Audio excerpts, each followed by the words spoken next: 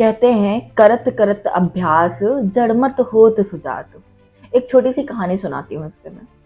एक बार एक गांव में एक चाचा रहते थे। ये कहानी मुझे किसी ने सुनाई थी। एक चाचा रहते थे।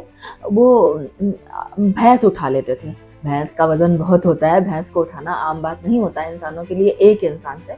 तो उन्होंने उनसे पूछा गया, चाचा भैंस कैसे उठा लेते हो, इतना ताकतवर काम। बोले मुझे कभी लगा ही नहीं ताकतवर। बोले कैसे नहीं लगा?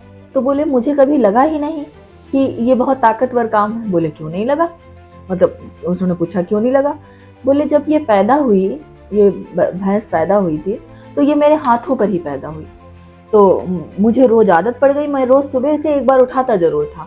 और ये बड़ी होती गई, मुझे पता ही नहीं चला कि कब मैं इतनी बड़ी भैंस को उठाने लगा। क्योंकि भैंस के बच्चे को उठाना, जिसे पड़वा बोलते हैं, उसे उठाना आसान होता है क्योंकि छोटा होता है उसके बाद में।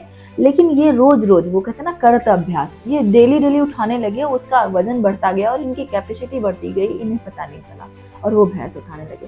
सेम ऐसा ही होता है कि हमें कुछ भी पाना है जिंदगी में तो हमें डेली डेली डेली डेली थोड़ा थोड़ा करना पड़ेगा।